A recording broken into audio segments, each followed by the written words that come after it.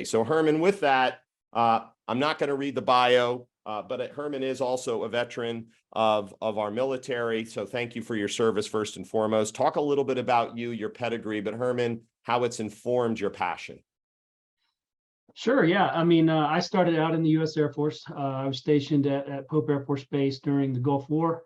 Had quite a few opportunities for medals along the way that was earned. Got out of the Air Force, went back to college. That's when I finished my master's degree and my PhD. But the whole time I was working for the government. So, I started out in state government. I was part of a group building immunization information systems back in the, I would call it the mid to late 90s. And then from there, I went on to be a program manager at the CDC, transferred out to Schriever Air Force Base, where I was chief of communication out here in Colorado. I've been here for about 20 years now. From Schriever, transferred over to Fort Carson, where I was director of technology there for a while. And then I jumped out and started my journey as an entrepreneur. I started, helped a friend start a mutual fund company. And from there, I kind of had, I had a passion for building companies. And so, once I helped a friend do that, I started my own technology companies. And, my goal in life has always been to find what I call meaningful gaps in a marketplace and try to build technology around it that benefits people in some way. And so that's where, I ended up here with Huvr. Well, let me build off that. And for those of us that love the tweetable moments, meaningful gaps, I love it. I also know that Sam and I talk quite often about the government and industry. It's one thing for government to have the time to seek out companies that can help solve mission-specific challenges. And there's a gap there, right? Some people call it the valley of death. Other people just call it, look, there's just never enough time in the day. We're hoping, again, for you to expose some of the kind of use cases you're doing with obviously places like DIU and SOCOM and other things that are exciting that other agencies can leverage. So thank you for that intro, but also, that understanding that you have this internal passion and understand the government domain. Talk a little bit about Huvr and what it does and what makes it unique. Yeah, I'll give you the backstory. I mean, this was late 2019, pre-pandemic. Actually, I was watching the movie Avatar, and it's about the disabled veteran that gets in the pod and was teleporting into another civilization. And I just thought, why can't we do that? I mean, we have technology. So, I got with a couple friends of mine that are tech guys, and we built an MVP. And so, the idea was virtual teleportation. So without knowing someone in another country, could you literally pick up your mobile device, select a country, select a person that's there, and teleport into that person so you could literally walk around. You could hear what they hear, you could see what they see, and you could talk to them and guide them around to view whatever you wanted to view at the time. And so we got that up and running in about 15 countries. And obviously the pandemic hit in 2020 and carried on through 2021. And we got this all built and launched during the pandemic, which was quite an accomplishment. And so, 15 countries in, we had tested everything, and it got really, really fun, actually. We had Greece up and running. We had places in Italy up and running, Portugal, Brazil, different places in Australia. And you could literally just open the app and teleport into a place and see what was going on. And so, from there, it kind of grew to where we are right now into, we started getting requests from organizations, mainly colleges and universities to begin with.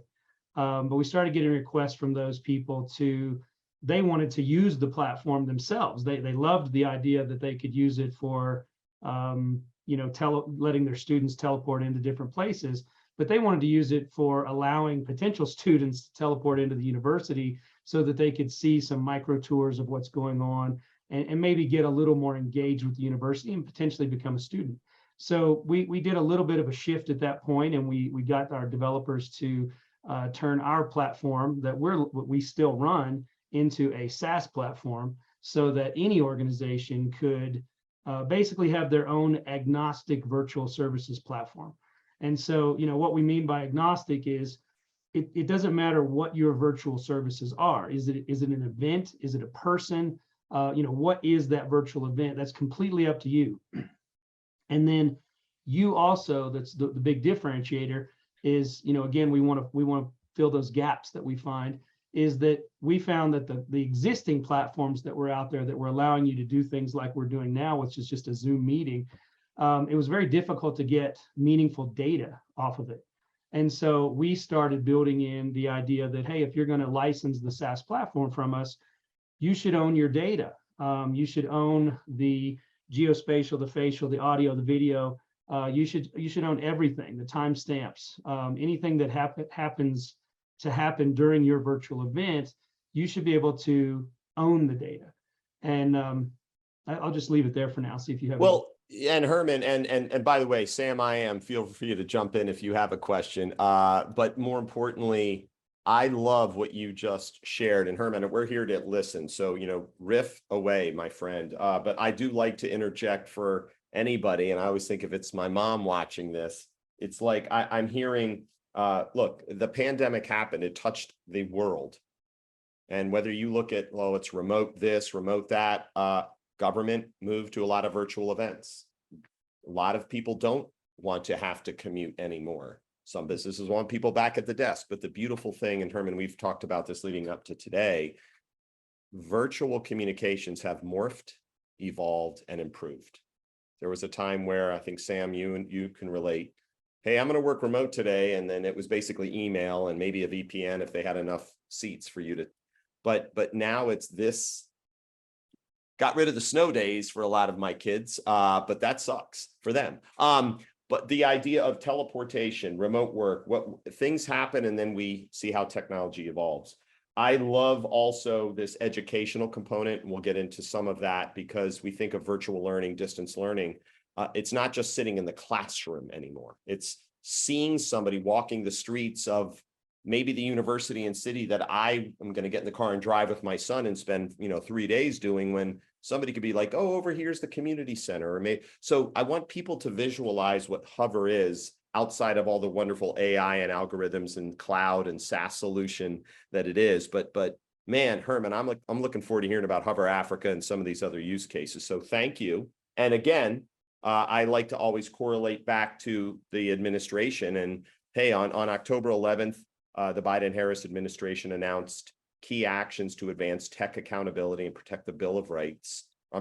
Protect the rights of the American public. It's called the Blueprint for a Bill of Rights. But if you really dive into it, it speaks to automated technologies are increasingly used to make everyday decisions affecting people's rights, opportunities, and access in everything from hiring and housing to healthcare to education and financial services. That, to me, is a bedrock for why looking at a tool like this could be incredibly valuable, not only meeting some compliance, but moving the needle for government. So thank you. And let's go into that. Why don't you give us, talk a little bit about Huvr Africa program. I think it's amazing. Yeah, Huvr Africa came about as we were talking to some different colleges and universities. Essentially, where that went is, once you build a tool like this, it's really only as good as the users themselves. So when the clients come in, they always say, well, can we use it for blank? And so we just have to say, look, we've built this tool, and we like to call it an agnostic tool. And essentially, you can, like the use cases the colleges initially came up with was student acquisition. They wanted to send out 300,000 emails to say, hey, you can take a micro tour of our science facility and speak directly to the one of these professors, and it's led by students. And so it was really an engaging type of deal to get students engaged. Then they morphed into, okay, now we want to get our alumni engaged, because the alumni aren't really responding to the letters and magazines we're sending out. So now they can log in and they can get, they hover in and get micro tours of a basketball coach, a new basketball coach, or the new dean of liberal arts, or whatever that might happen to be. And so from there, it morphed into these, what they're referring to as diplomacy programs, and then furthering and augmenting the classroom, basically. So the diplomacy programs are, we're basically like, we are sending students to Africa, and we want them to learn about government and business, and we want them to be ambassadors in other countries, but we were focusing on Africa at the time. And so that diplomacy program kind of opened up this idea of, you know, a lot of people don't travel to Africa. I mean, we just put out a press release last week about the Huvr Africa program, and that led to another one of our board members. He's Dr. Ted Reynolds at University of Central Florida. And he is basically trying to help us build the cultural anthropology program that will connect colleges and universities to different parts of Africa. And again, it's, when you look at the traveling to Africa, it's not easy. It's not cheap. It's not a lot of people don't consider travel safe anymore. Then once you get there, you have the idea of keeping yourself safe in an area where you're unfamiliar. And so, you know, when you start looking at the idea of traveling to 30 plus countries in the continent of Africa, it starts to get a little daunting. And so some of the universities we had spoken to said, you know, we started out small. We started out and said the African-American studies courses that they're taking, most of those students will never have the opportunity to travel to Africa. They're just going to watch videos that are curated online. They're going to look at pictures, and that's just going to be how it is. Well, we started looking at that and said, wait, you know, if we started partnering with the right government organizations, we could actually create a program where colleges and high schools could absolutely connect to the culture, the business, the tourism areas of different parts of Africa. And you could actually hover in live and control what you're seeing when you're seeing it. You start to save these videos on your own. So it's like you're taking your own little pilgrimage throughout the continent. And we believe that program is going to end up growing to Huvr Europe and Huvr India and Huvr Asia, and it's going to grow. We just we want to get this program grown properly first. Well, that ended up growing into, we started talking to the Defense Innovation Unit, DIU, and they introduced us to a company called Scale AI. And Scale AI, you know, they looked at us and said, wow, you're essentially a data producer. So you guys are producing video, audio, you're producing geospatial data. We're producing all sorts of data, but we're not really putting it to use other than for educational or entertainment purposes. So Scale then looks at us and says, okay, what if we take and connect into your data, we create AI programs around it, and now we can make that data more beneficial for agencies and schools and different things like that. So now we've got this connection where we are essentially IoT devices, where we do have cameras in the field, and it's human to human right now.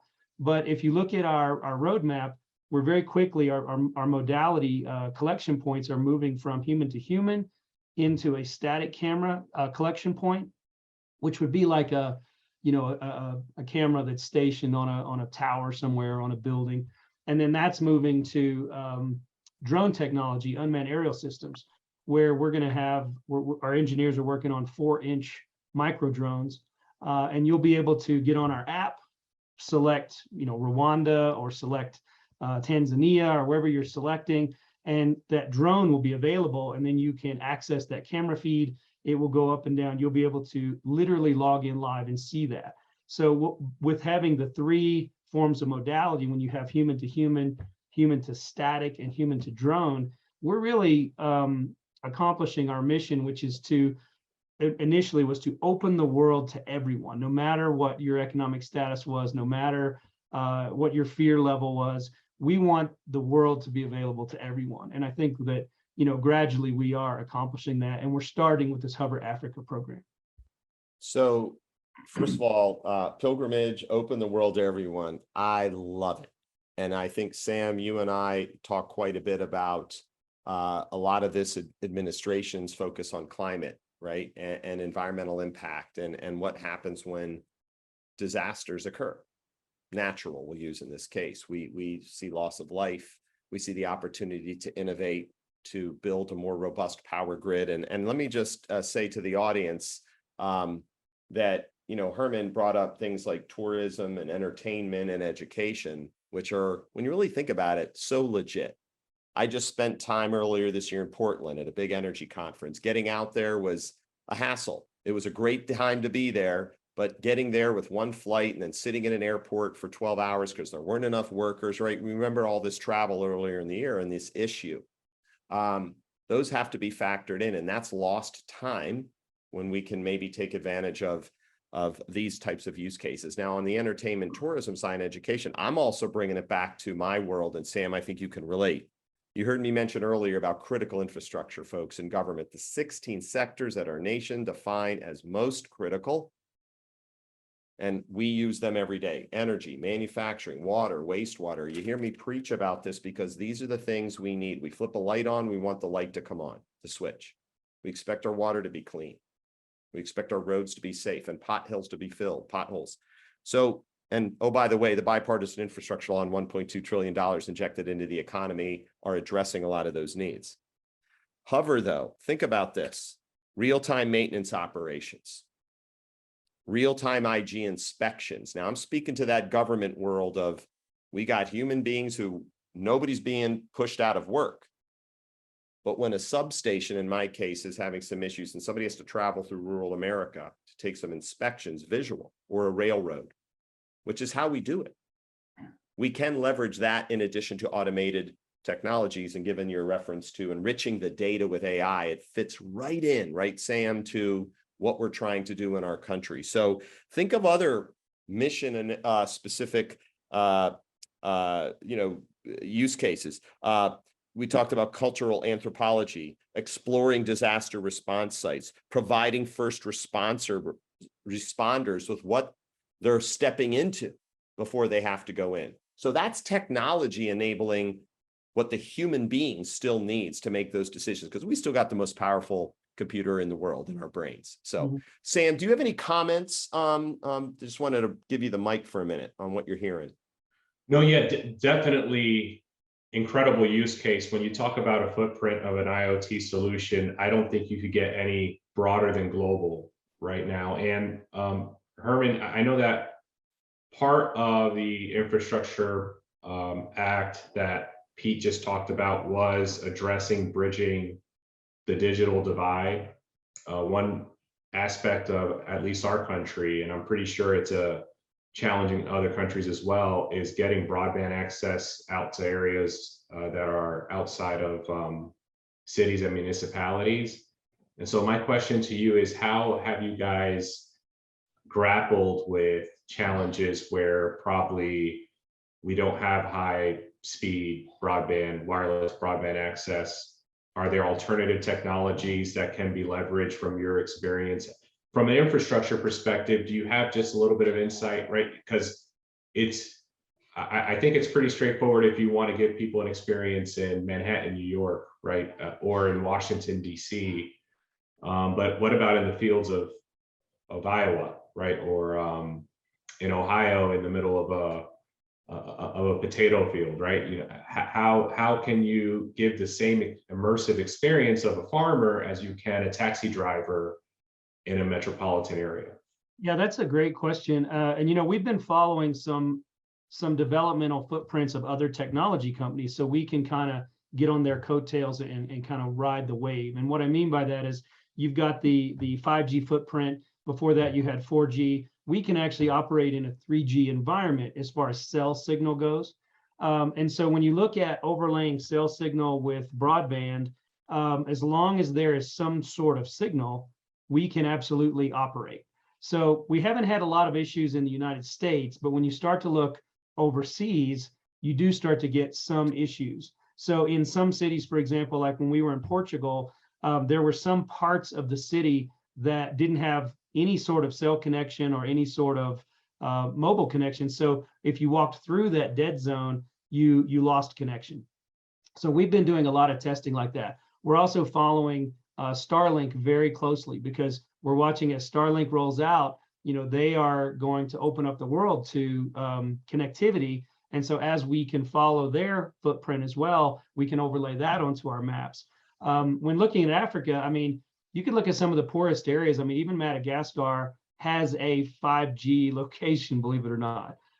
There are people who have interest in putting that there. And so there's about 7 cell and broadband providers that are major providers in Africa. And so, as they follow their footprint, they start with major cities and they start to expand from there. And then we can look at, right now, Starlink is not in Africa at all, but they are throughout Europe. And so, we can look at India and Europe and Asia, who has a little bit better footprint. But we wanted to start with really what is kind of the hardest area, which is no connectivity in many geographic miles throughout the continent of Africa. But in the US, we haven't had that many problems in the US, because we can go, if you don't have broadband or you don't have Wi-Fi, as long as you have at least a 3G signal on your mobile device, you can interact. Quick point, and just to build on that, thank you. First of all, Sam, great question for bridging the, again, bipartisan infrastructure law, $1.2 trillion. It's not a government agency thing. It is truly, our tax dollars going to build up or modernize, transform our crumbling infrastructure. So transportation, energy, environment, and broadband, Pete Tseronis likes to say, those are pillars. You need underpinning communications, broadband. Starlink, if you have never heard of it, starlink.com. It's high-speed, low-latency broadband internet in remote and rural locations across the globe. An incredible program that clearly will hopefully enable the communications to be deployed so that we can take advantage of, for the geeks out there, the OSI model. There's the physical layer, and then there's, of course, the application. This isn't a plug and play. A lot has to work in order for, in the case, Herman, I think you mentioned, whether it's micro drones, taking pictures. Sam, you brought up a great point regarding, the Midwest. Like, think of the U.S. Department of Agriculture, folks, right? Sam mentioned here on the East Coast, we got more Wi-Fi than we need. But then there are places where farmers, auto manufacturers, some of our power marketing administrations, government-owned utilities that serve rural parts of our country.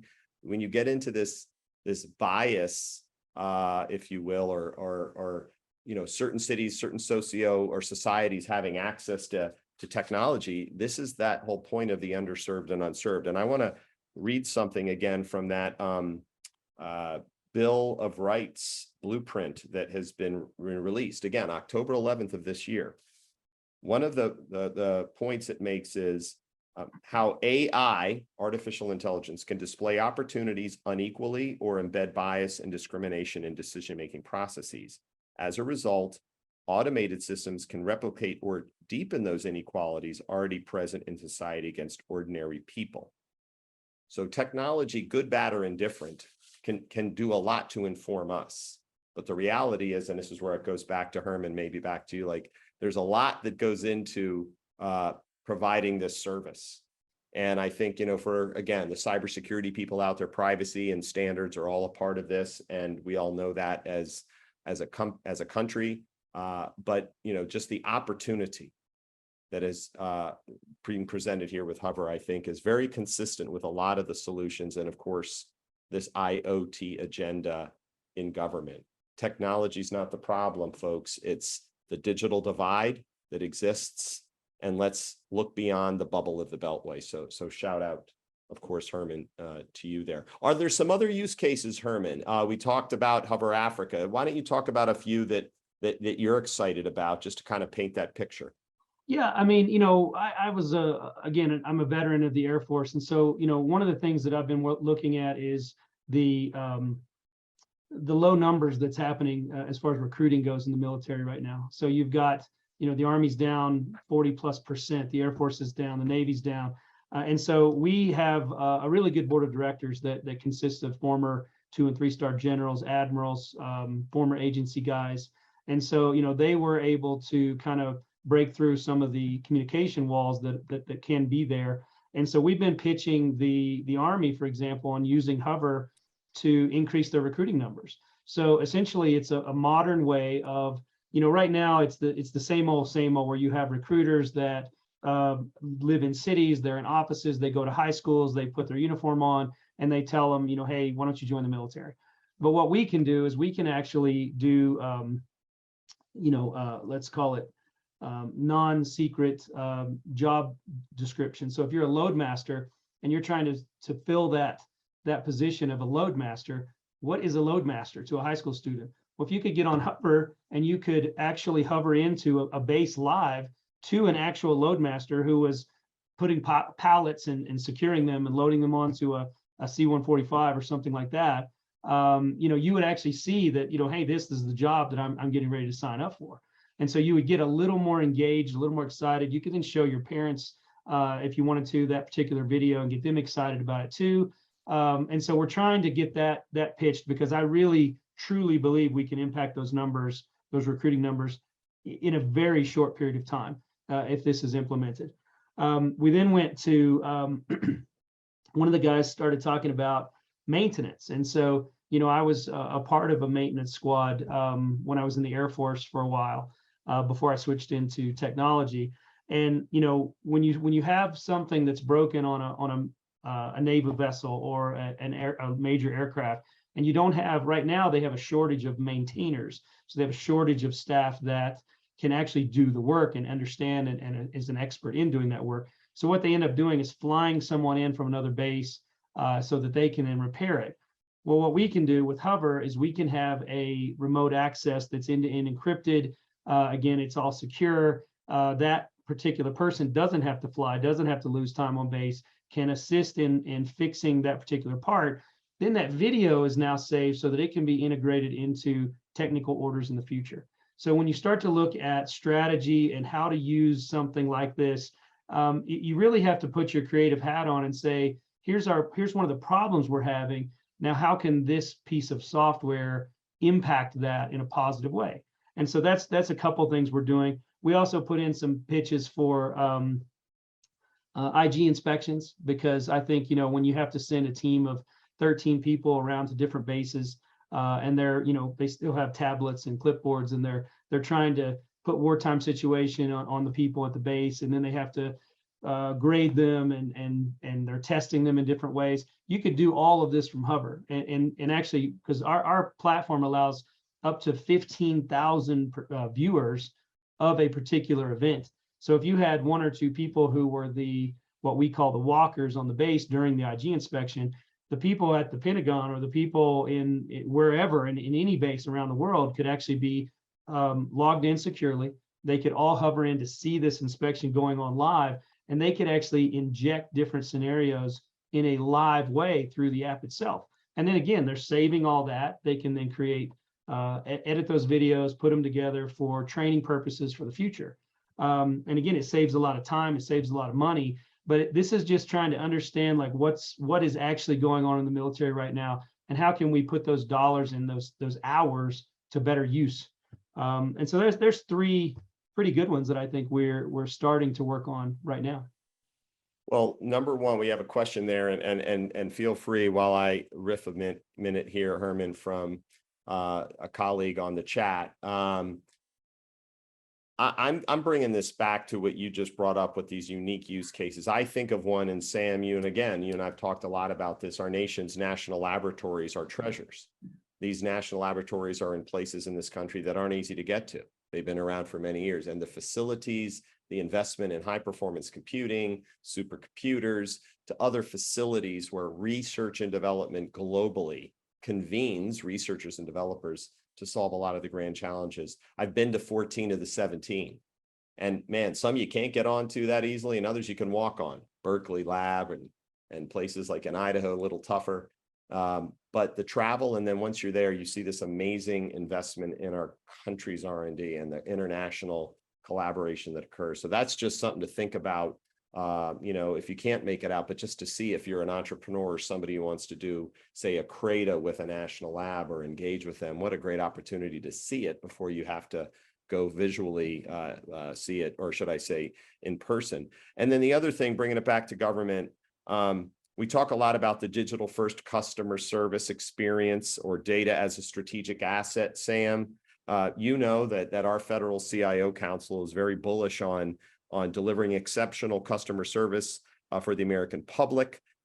David, driving key insights in the decision-making process that power intelligent government operations and citizen experiences. This is the humanizing of technology to support mission, to support humanity, if you will. Why are we doing it, and who is it impacting? And I love the use cases, Herman, thank you. So do you want to comment on that question there, Herman, regarding IoT and so forth? Did you have a chance to look at that? Basically, it says, in Italy at the airbase, IoT is an unknown. How do you secure what is not known or trained? However, there is no soup to nuts training for government or military. How do we move the work forward? Do you have any feedback on that or some insight? You know, I could only speak to Huvr itself. I mean, you know, when you're talking about no visibility of IoT, and then you said /security, you know, from our perspective, you know, our platform is definitely end-to-end encrypted. It's definitely secure on what you're collecting. We can have data points that are human to human, that are human to static camera and human to drone. And so those points would absolutely be known. There would be great transparency with the people on the base for using Huvr, and how you can actually take that data. Then that data is secured into a cloud where only people who have permission to access that data, it's accessible at that point. If they wanted to integrate what Scale is doing with AI to make it more usable, they could absolutely do that.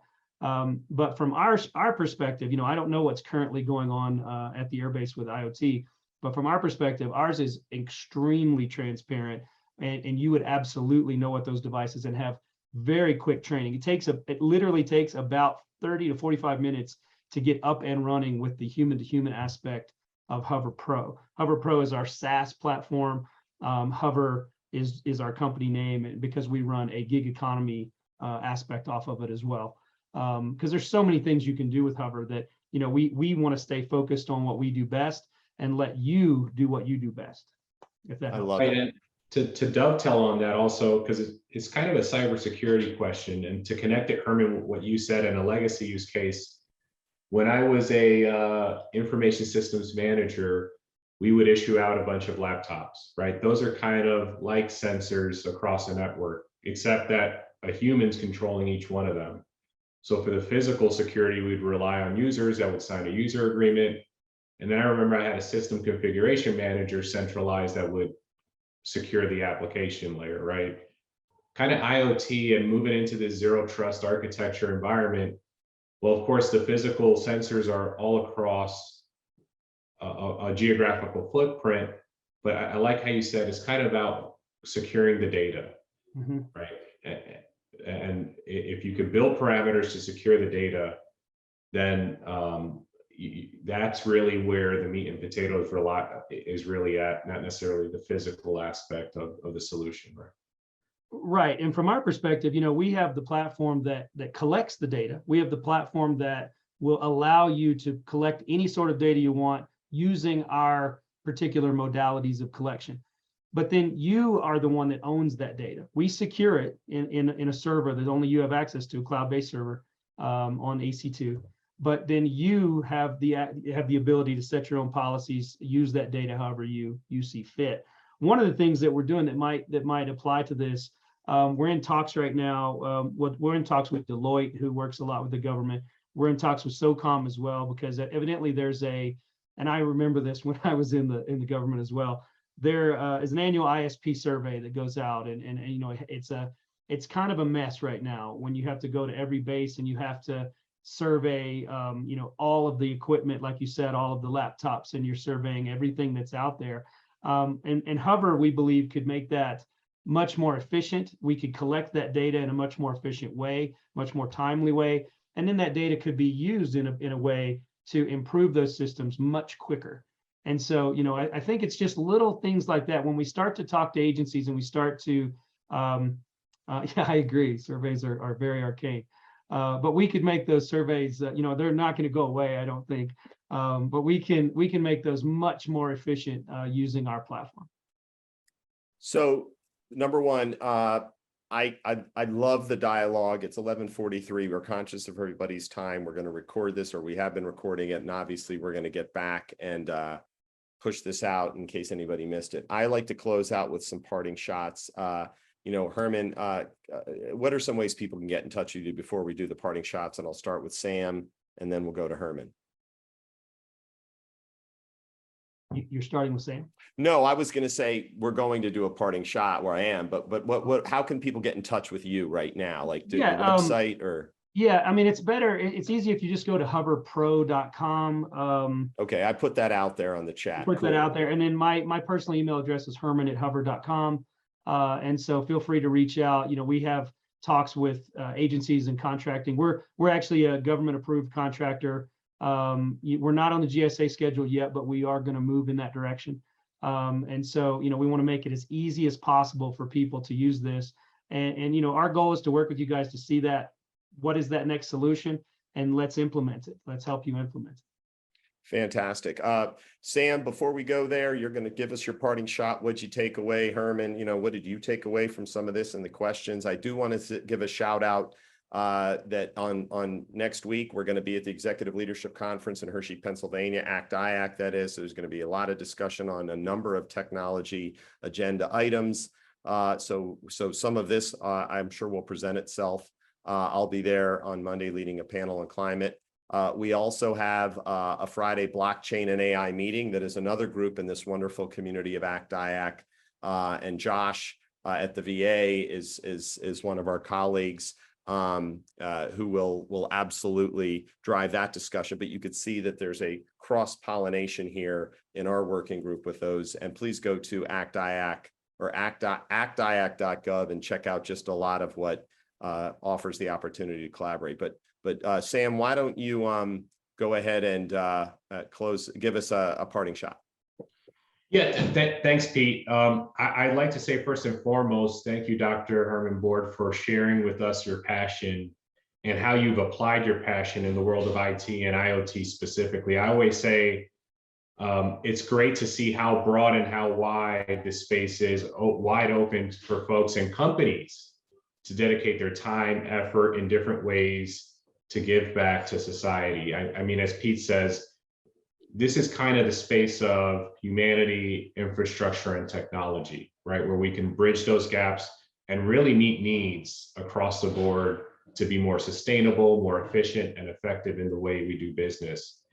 Last but not least, I'd like to say, just as Herman kind of threw a shameless plug on getting on the GSA schedule, I'm putting my email into the chat because that's precisely, companies like the one that Herman just stood up is precisely the companies we're looking for, right? Innovative companies that can help government do the work of everyday citizens better. And so, Herman, feel free to reach out any way that I can support you in that journey. Be more than happy to do that. But for anyone else who's listening and is going through the same journey and thinks your company has something special that really could contribute to the public and the better good for our nation, we'd be happy to talk to you. So those are my parting shots. Definitely following your passion. We see how it's paid off here with a lot of hard work from Dr. DeBoard. And then secondly, looking at ways that your passion and your skills can contribute to the better good for the public. So as GSA, that's what we're here to do, and just happy to help anyone, including Dr. DeBoard, in doing that. So thank you, Pete, for putting this together. Thanks everyone for participating. And those are my final shots. Pete, back over to you. You're the man, Sam. I am. And again, folks, Sam we didn't read his bio, but just Google Sam, look him up on LinkedIn. He's part of this incredible Centers of Excellence community, but he's a rock star in the government, a true collaborator, served our country as well. So thank you for your service, Sam, as a civilian now, and you're the man. Love you like a brother, man. Herman, parting shot. No, I just want to thank everybody for their time. I mean, you'll find that Huvr is just a very easy company to work with. We like to stay small and nimble. We have a fantastic team, and we're willing to work with you. I see some of these comments coming in are fantastic about biometrics and taking it to the next level. And we definitely have that in our vision. And so feel free to reach out. Let's have a conversation. We'll show you some demos. Schedule some time to go over what your issues are and how we might be able to help solve those. I'll close it out with a big thank you to those who attended, to, of course, Don Lovett and the wonderful folks at ACT-IAC. Herman, it's been a pleasure getting to know you, super fired up to know you and to continue our relationship. I will take this time to say my parting shot is I loved the fact that Huvr is opening the world to everyone. And I'm going to take that home with me. Thank you, everybody who attended. And we look forward to seeing you next month when we bring another celebration of inventiveness and passion to our working group. Thank you. Thank you, Pete. We have the registration link for next month on the chat window. So the next meeting's November 4th, and look forward to seeing you there. We'll talk a little bit about kind of a global perspective on smart cities, smart communities. There's an IEEE working group that's defining some network standards around smart city interconnects. So should be a great session. Thanks so much. All right. Have a great day, everyone. Take care, everybody.